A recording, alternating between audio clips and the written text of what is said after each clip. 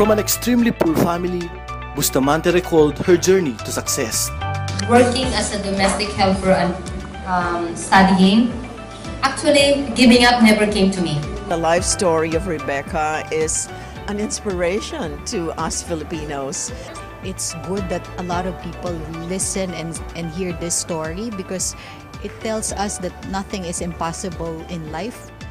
So you always said, do it now, do it now, do it now. Because if you keep waiting and waiting and waiting, what's gonna happen?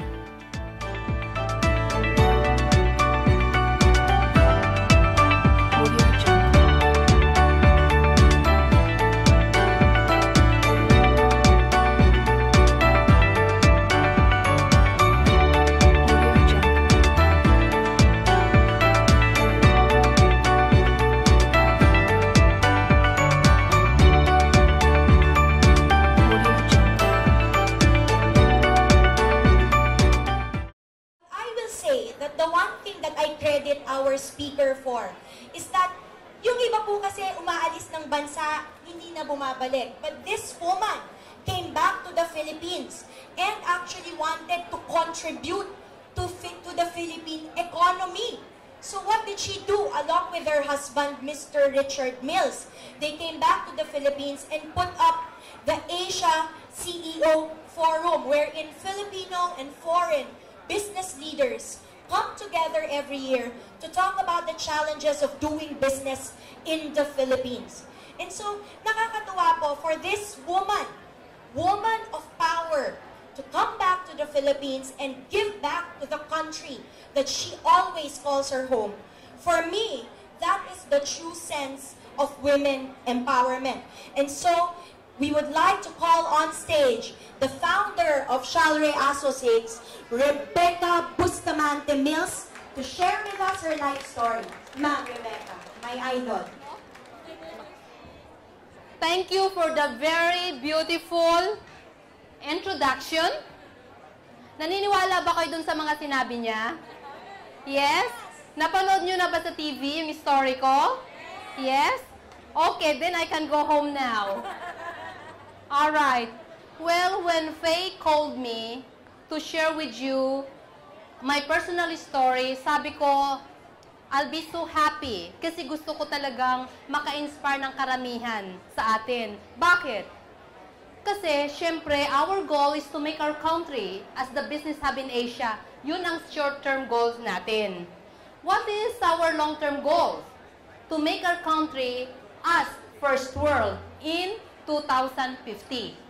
Paano natin gagawin yon kung lahat tayo, karamihan ay mahirap? Tinanong nyo na yon, kaya ba nating abutin yon? Kaya o hindi? Paano natin gagawin?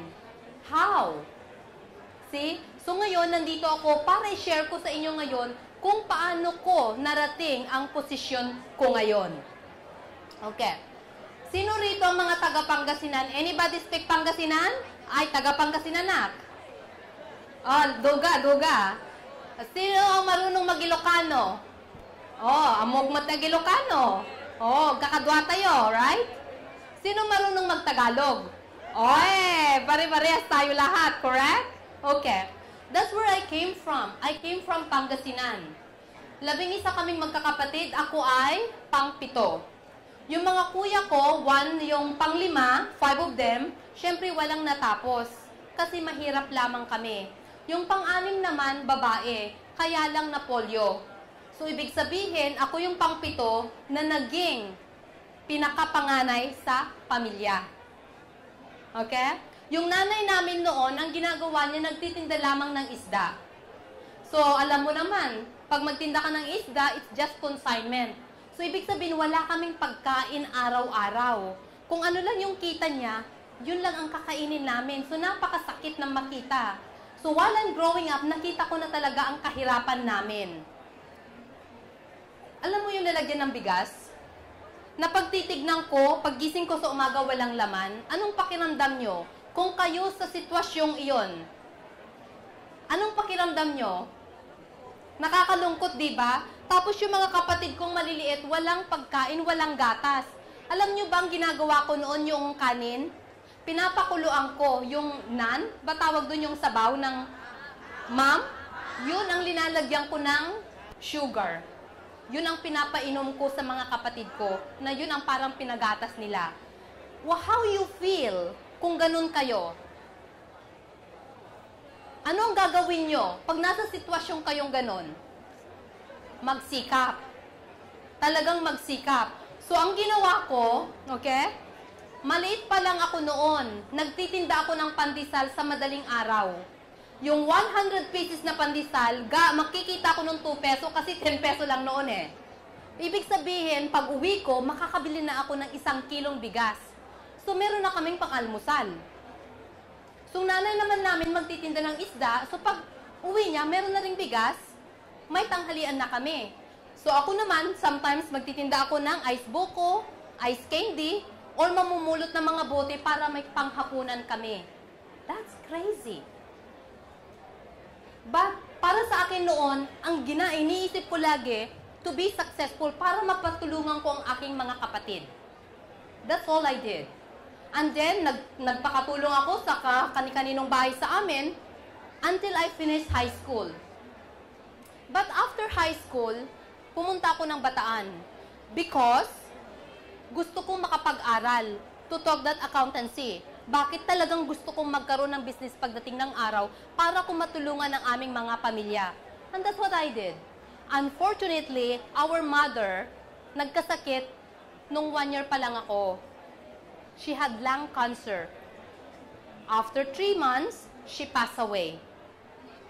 So, ang bunso naming kapatid noon, 6 years old. 4 sila. 3rd year high school, 2nd year high school, 9 years old must be grade 5 or grade 4, tapos 6 years old must be grade 1.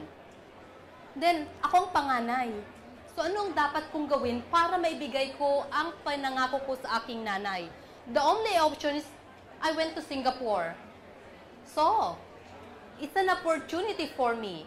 Pagdating ko doon, it was not easy. It was hard. Pero, sabi ko sarili ko, gagawin ko lahat para magustuhan ako ng amo ko. My goal is to help my brothers and sisters para may mga pagkain sila araw-araw at mabayaran ng kanilang schooling. And at the same time, gusto ko rin ma-improve ang aking edukasyon. So, binigyan nila ako ng 1 day a month na day off. So, I took that day off to talk my education, na kinontinue ko ang aking accountancy. That was beautiful. I learned how to cook Chinese. I learned how to speak a little bit of Mandarin. Sino rito marunong mag-Mandarin? Ni hao? Ni hao? Hao la? Chipan la? So, you see, it's beautiful. So, I learned those things. So, I can communicate a little bit. Okay? Then, at the same time, ginaya ko ang mga Chinese. Kasi dati, pag maglakad tayo, ganito tayo. Ang mga Chinese ko maglakad, ganito sila. So, ngayon, ganito na ako maglakad. Kayong husband ko lagi hinahawakan niya ako. Slow down.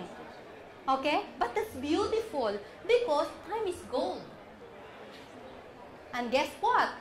After 3 years, sabi ko sa amo ko, I want to pursue to go to Canada kasi I want to help my brothers and sisters. In Singapore, I can only be a domestic helper. While in Canada, I can be a permanent resident and I can start my own business. Siyempre, nung una, sabi niya, yes. But binigyan niya ako ng napakapangit ng reference letter. Ang sabi niya doon, Rebecca is an absent-minded. She need proper guidance on her work. So I said, who will hire me on this? Alam mo, sabi niya, the reason why I give you that because I don't like anybody will hire you. Because you're like my sister. And that's how I became close. And yun mga alaga ko noon. Isn't that beautiful? Because I became very close with them. They are like my sisters. So, after 3.5 years, I went straight to Canada. As soon as I reached Canada, it's the best country. Para sa akin ha, parang yung pa rin hanggang ngayon, na Canada pa rin ang nagbibigay ng napakagandang oportunidad sa atin. Bakit? As long as you believe in yourself, as long as you're willing to pay the price, you can achieve whatever you like. At yun ang binigay sa akin in Canada.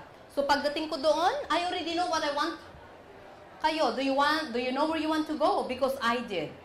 Even now, alam ko pa rin kung saan talaga tayo patungo. So you have to write it down. So ang ginawa ko kaagad, anong klaseng trabaho ang gusto ko as soon as I get my permanent residence? Kasi 2 years yun eh. You have to be a nanny for 2 years. But yet, being a nanny, it was great. I have a full-time job. Then I'm able to have part-time job.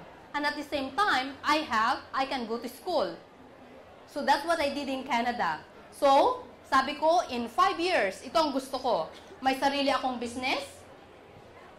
Dapat mabayaran ko na lahat yung mga utang namin kasi yung bahay namin noon naka-mortgage sa bangko.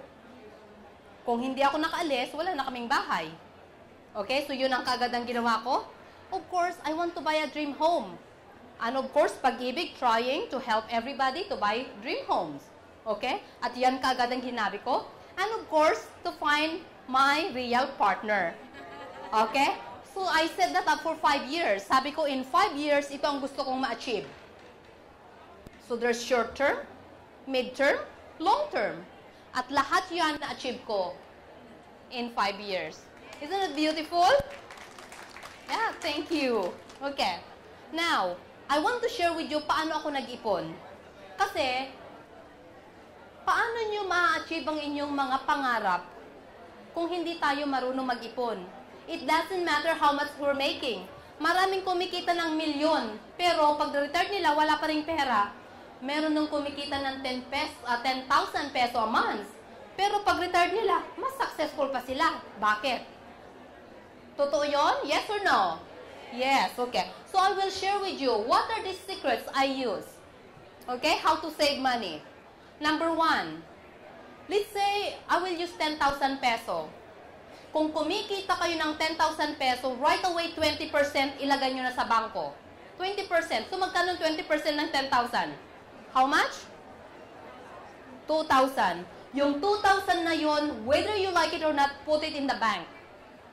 Yung 8,000, yun ang ibabudget nyo ngayon sa mga pang-araw-araw na gastos nyo. Kasi, kung yung panggastos nyo muna, kung ilan ang naiwan, yun ang itatago nyo, forget it. Mahirap. Naintindihan nyo? Yes, okay?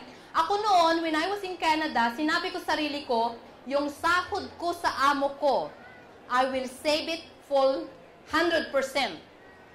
Magpa-part-time ako para yun ngayon ang panggastos ko sa pag-aaral ko, expenses ko, pang-aral ng mga kapatid ko at allowance ng mga kuya, ate, tatay. And I did that. And exciting! Tuwang-tuwa talaga ako. Dahil sabi ko, after 2 years, gusto ko na mag-start ng business ko. Paano ko ginawa yun? Talagang Monday, Wednesday ng gabi, nag-aaral ako. Tuesday, Thursday, weekends, nagpa-part-time ako. So you can do the same thing. For example, you have full-time jobs. We can do so many things. We all have 24 hours a day. Bahala kayo ngayon kung saan nyo gagamitin. Dahil ako, sabi ko, gusto kong yumaman. Gusto kong matulungan ng mga kapatid ko. Gusto kong makatulong. So ngayon, ayaw kong sayangin ang oras ko. So, in the first year, believe it or not, it's the best ever. Na wala akong experience, wala akong tunay na pinag-aralan, but you know what? Pinadala ako ng Bellcraft. It's a cookware company, pinadala ako sa Dallas for a conference because I was the top performer. Every week, nakakabenta ako noon ng $5,000. Ngayon, magkano commission ko doon? 35%, magkwenta kayo, and that's dollar. That's not bad. Okay? So, on the first year, believe it or not, nakabolbo ako. A lot of people sasabihin nila, anong nangyari? What happened to this girl? Is she ripping off the government? But of course, I don't suggest that you will buy Volvo. That's a mistake, okay? I will never do that again. Okay? But again, it was great. Okay? So now, second year, naging top performer na naman ako. So pinadala na naman ako another conference because I'm doing so many things. But I was very young. I'm on my mid-20s. Kasi nung umalis ako, I was only 19. See? Are you excited? I am. Okay? Na hanggang ngayon, I am continuously doing that. Okay. Ngayon, pag may nag-ipon kayo, don't tell people. Okay? Keep your money safe. Kasi kung nakikita nyo o may nakakakita, mamaya wala na. Okay. Kung may utang kayo, bayaran nyo na. At huwag na kayong mangutang. Credit cards, forget it. itago nyo lang ang mga credit cards nyo for emergency. Ngayon, pwede nyong gamitin, pero i-budget nyo. Ibig sabihin, pag dumating yung bills nyo, bayaran nyo kaagad. Make sense? Kasi di ba may mga points, that's what I do, but I make sure that I pay 100%. Wala yung budget because they charge you 18% and sayang. Okay? Next. Okay.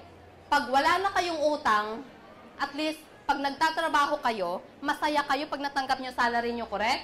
Pero kung may utang kayo, hindi nyo pa natanggap yung sahod nyo, naiinis na kayo. And you're not happy. Tama? Yes or no? Okay, so the most important is huwag mangutang. Kung magkano lang yung budget nyo, yun lang talaga ang gagamitin nyo. Work on that. At maging disiplina kayo. I'm very disciplined. Okay. Yeah, you have to be very disciplined, and I am. Okay. Ngayon, kung magkano ang sahod nyo, kailangan mag-side din kayo ng 3 months na yung hindi nyo gagalawin. Ibig sabihin, if you're making 10,000, dapat meron kayong 30,000 sa isang side lang. And forget about it. Huwag nyong gagalawin yon. Napaka-importante yan. Kasi, kung may emergency, meron kayong kukunan. Ngayon, kung wala yan, delikado. Has to be 3 months. If more, better. And hindi iba pa yung investment dyan, okay? That is just for emergency fund yan. Naintindihan nyo? Okay? You have to, ito ang mga ginamit ko lahat. Okay. Bakit kailangan natin ng emergency fund? For example ako, 4 years ago ata my brother, natitano siya. To the point na the doctor said na, you know, tanggalin na natin, wala na tayong pag-asa. And it's titano, walang na naggumagaling. Pero nag-research ako sa internet. Binasa ko talaga na may time, may chance to survive. Luckily, meron kaming pera magkakapatid. And we're able to save our brother. We spend more than $1 million. Imagine kung wala kaming savings, wala na rin yung aming kuya. Think about that. Okay? Like yung nanay namin noon, hindi namin siya na-save because we don't have money. Like imagine sasabihin sa'yo ng doctor that, Rebecca, the only thing you do is iuwi mo ng nanay nyo kasi wala kayo, kahit nagagastos kayo, mangungutang lang kayo, hindi nyo masosurvive ang inyong nanay. Anong pakiramdam nyo pag sinabi nila yon? Masakit, di ba? So, it's so important na mag-ipon ng pera. Okay? Okay. Next. Okay. Kung pumunta kayo ngayon, nasa SM kayo, correct? Then pumupunta kayo minsan sa groceries. Pag pumunta kayo ng groceries, you make sure na sinusulat nyo kung anong gusto nyong bilhin. Kasi pag hindi nyo sinulat, marami kayong kinukuha. Mamaya pag magbayad kayo, 5,000? True? And then another expenses na naman yun. You always say to yourself, I will buy what I need, not want. Pag-ibig created this program. Kaya sila nag-create ng ganito to encourage you, buy properties. Sino na rito ang may mga bahay? Great, okay? Sino nang may 2 bahay? 3 bahay? Yes, alright? Kaya, kung gusto nyo, pwede. Kasi ako noon, di ba linagay ko doon yung home? Okay. Pagdating ko pa lang sa Canada, sinabi ko na, ang una syempre, magpapagawa ko ng yung bahay namin sa Pangasinan. Okay, done. Susunod, Canada. Done. Pagkatapon dito na. At alam nyo, na nagkaroon na ako ng a total of 7 properties. Okay? Ba't na isang katulong? So, kung nakayanan ko, why not you? It's just a matter of believing in yourself. Lahat tayo, kaya natin. Kailangan lang natin paniwala ng ating sarili na kaya ko. Kahit ano ang gusto kong i-achieve sa buhay ko, kaya ko. Basta willing lang akong gawin yung trabaho. Kasi ang daming matatalino. Pero bakit walang pera? Marami naman tao dyan, like I'm not smart. Pero bakit narating ko to? I just take the action. I believe in myself. Sinabi ko sa sarili ko, gusto kong gawin to. And I did do the actions. Are you willing to do the actions? If you are willing to do the action, you can achieve it. You can achieve even more. Magugulat na lang kayo. Sabi ko, Lord, thank you. Thank you. Thank you. Yun ang sasabihin nyo. Kasi, hindi ko in-expect na itong mga blessings na binibigay nyo nandito sa aking palad, nandito na sa aking kamay. Because you are doing the actions. Nobody can do it for you except you. I am where I am because I did the work. Make sense? Start a business. Kung gusto nyo mag-start ng business nyo, dapat alam nyo kung anong business at kailan. Do you want to start your business now? Next year? 2 years? Dapat meron kayong target. Kasi kung wala kayong target, hindi nyo sinulat, hindi nyo mararating yon. Because you don't know when. Pero kung sinabi nyo, December 2014, I will start my own business. So meron kayong deadline. May target kayo. So I always do that. Lagi akong may target. So, you do the same thing. Okay. Okay. It's so important yung mga oras ninyo. Kasi ako, nakakuan ako lagi. Nakabalance anong oras ako gigising? Anong oras ako matutulog? Yung mga schedules ko araw-araw, naka-schedules lahat yan. From 5 o'clock in the morning to 10 o'clock at night, alam ko na kung ano ang mga gagawin ko araw-araw. So, dapat, ganun din ang gagawin nyo. Kasi, we all have 24 hours a day. It's a matter of, saan nyo ginagawa? Nagtitelepono ba kayo? Nagpe-Facebook ba kayo? Nag-internet ba kayo? Or you do your work? Halimbawa sa inyong mga trabaho, you are got paid. It doesn't mean na may sahod na kayo na hanggang doon na lang. You have to make sure na sabihin nyo, ano ang dapat kong gawin para maging importante ako sa kumpanya namin. Para, kung magkaroon man ng transaction, ikaw ang huling matatanggal, babayaran ka pa. Or ikaw ang unang tatanggalin. Think about that. So you have to make sure, kahit anong trabaho natin, you make sure na ikaw ang CEO ng kumpanya mo. Nung domestic helper ako Singapore, kaya ayaw akong paalisin ng amo ko kasi I contributed so much. Nung yung amo ko sa Singapore, when I was a nanny, they don't want to let me go also kasi I'm their best nanny. So whatever I do, I make sure that I am the best.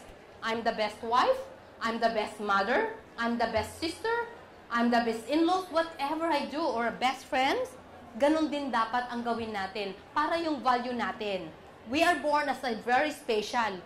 Wala tayong kakumpara. Okay? Kahit saan kayo pumunta, kayo lang yan. Wala nang iba. It's only you. Pag manawala tayo, hindi na tayo mahahanap ng ating mga magulang.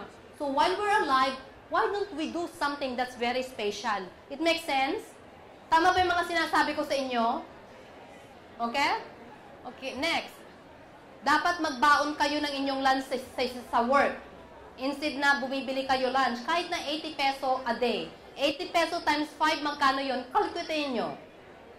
Calculate it. 400? Okay, in a month, magkano yun? 1,600? 2,000? You can save that. That's already an investment. Healthy pa. Malinis pa. Hindi pa tayo magkakaroon ng heart attack agad. Right? Okay? So, it's very important. Okay. Next. Okay. Kung may mga bills kayo, huwag nyong yung late. Kasi kung late, may penalty kayo. Pag may penalty kayo, another expenses na naman yon, correct? So, do it in advance. Maganda pa ang credit ratings ninyo para pamangutang kayo sa pag-ibig, madali kayong bigyan. True? Hindi na nila kayo pahihirapan. So, anytime that you want to go for a loan, either in the bank or pag-ibig, wala kayong problema kasi you have good records. Okay? Okay. Next. Ano pa? Kung may mga landline kayo, telephone na hindi nyo kailangan, pakat nyo na. Kasi it's a waste of time. Marami ng mga cellphones ngayon, mga text na unlimited. So, you can just use that. It's another expenses na naman yan. Okay. Next. Okay. Pag may mga party kayo, do it at home. Huwag kayong lumabas na mag-get together sa bar. Kasi napakamahal na naman yun. So, you eat at home. That's the best thing. It's healthy. Right? Okay. Di ba karamihan sa atin ngayon magaling sa mga designer clothings? Pumunta na lang ako sa Divisoria Green Hills. Mas mura pa. Okay? It's very important. Kasi, pag sinuot nyo, ang sumisikat doon yung gumawa. Pero kayo, really, it's not worth it. So, I don't. I still go hanggang ngayon dun sa mga may pinabinibilan ako na special place na mga, they are designer pero it's used. Until now, I still do it. Okay? It doesn't mean that I cannot afford, but bakit ko sasayangin ang perang pinaghirapan ko? Okay? So, think about that. Okay. Yung mga anak ko, when they are growing up, I used to take them sa mga bookstore. Sasabihin ko ganun, okay, Chris, Alex, go and read them. Get any books that you want sa fully book. But after that, okay, it's time to go. Put it back. Okay, mom. They just put it back. Okay? So, don't let your children be spoiled na kahit anong gusto ibibigay nyo na lang. Pupunta kami sa Toy Kingdom. Okay, anak, go check whatever you like there. Play. And then after, are you done? Yes, ma'am. Okay, let's go home. Put it back. Sure. You know? Isn't that beautiful? Hanggang ngayon, ganun pa rin sila. Okay? So, nagkaroon na kami ng foundation kung paano i-train yung mga bata. Okay. Ang mga costly activities, kung mahal, wag na. So, ang ginagawa namin dito, nung maliliit pa sila, okay? Pupunta kami sa mga park, may baon na kami. Either nagro-rollerblade kami, nagbabiking kami, kami-kaming family. O pumunta kami sa mga provinces, nagdadrive kami, dala namin baon na doon sa mga cooler sasakyan. And that's what we do. We save a lot of money. Kasi pumunta ka sa isang hotel ngayon or resort, yung isang weekend, pinakamura sa isang gabi. Maybe 5, 10,000, pagkain nyo pa, pamasahin nyo pa, gasolina pa. Oh dear, 15,000 is not enough in a weekend. True? Okay? So you have to make sure. Okay. When you go out also, especially nandito ko ngayon sa mall, you always ask yourself, do I need it? Do I want it? Kung anong sagot, anong gagawin nyo? Kung need, buy. If want, buy. Okay, if want, forget it. Okay? I also taught my children about this. Di ba pag mga field trip, humingi ng baon, tapos sabi ko sa kanila, okay anak, here is money. And if you know the answer, if you want it, what you gonna do? You want it? I know, ma'am. So, most of the time ito nakakatuwa. Yung anak ko, field trip to ha, kung sabi niya sa classmate nila, I'll carry your bags. And you pay me. So, most of the time, pagdating niya, sabi niya, Mom, look, I made money. They even give me snacks. I carried all their bags and it was so heavy. Like, imagine that, kasi nagkaroon na sila ng foundation. But isn't that great? That time also na nagbibenta sila ng mga pets sa school, like yung mga rabbits, hamster, din kumita sila. They put in their bank account. So think about, you can teach your children also if you already have kids. Okay? Sales, mag-ingat din kayo. Okay? That's the time to buy for Christmas. Or ngayon, you can go to Divisoria habang mas mura pa. Okay? And then kasi minsan dito rin, they're still expensive. You know, you have to value all your money. Okay. Kung nagla-lottery kayo, I don't recommend, I don't use this, I never, and I will never. It's a waste of money. At sa kung maraming nanalo ng lottery, yes, they won. After that, naging bankrupt na naman sila. Because they did not work hard on that money. So, forget it. Okay. Next. Ano yung mga hobby ninyo nakikita kayo? Katulad ko, I love sales. I make a lot of money in what I'm doing. I'm enjoying sales. It's like, it's not a job for me. I'm enjoying it. Okay? Then, it's fun. So, kayo din, halimbawa, you have full-time job, find out something. Part-time. Ano yung mga part-time na nag-i-enjoy kayo? Use that. Okay? Now, you don't realize that you're making more money than your full-time jobs. Then, when nakapag-ipon na kayo, you can start your business already. Okay. Of course, as what I said earlier, yung mga anak ko, they know how to save money. Yung mga allowance nila, linalagay nila. And then, sabi nila sa akin, Mom, how much I have already? Then, pinapakita ko yung kanilang bank book. At least, they're happy. Because they are also saving for their education pagdating ng university. And it's very important yung mga allowance na binibigay nyo. I-explain nyo sa kanila kung anong halaga nun, kung paano nyo pinaghirapan, para at least they understand. Okay. Why I share all those things, okay, I want you to really learn something. Kung may natutunan kayo, kahit isa lang natutunan nyo that I shared with you, that will say something. Kasi, my goal, to make our country as business hub in Asia, as I mentioned earlier, and to make our country as first world. Pero hindi ko kaya. I cannot. Pero with you, lahat tayo, pag magtulong-tulong, imagine kung lahat kayo are successful, if each and every one of you na-achieve nyo ang mga gusto nyo sa buhay nyo. nakabili kayo ng bahay nyo, yung dream homes nyo, nakapag-aral ang mga anak nyo, natulungan yung pamilya nyo, mga kapitbahay nyo. Imagine kung anong mangyayari sa bansa natin. Can you feel it? Yeah. Ngayon, kayo na rin ang makakatulong sa iba. So, what I'm doing now is to share with you para kayo din ang mga susunod. Hindi lang ako, kundi tayong lahat. Para kayo din ay magkaroon ng opportunity to go to the next level in our life. That's why I was interviewed by Jessica Soho. Nag-agree ako. I was interviewed din sa Asia CEO Awards sa ANC kasi promoting our country, katulad sa November 12. Magkakaroon tayo ng called Asia CEO Awards with is Darlene from Pag-ibig received an awards last year, correct? Yes. Palakpakan naman natin si Darlene, she deserve it. And that's from Pag-ibig.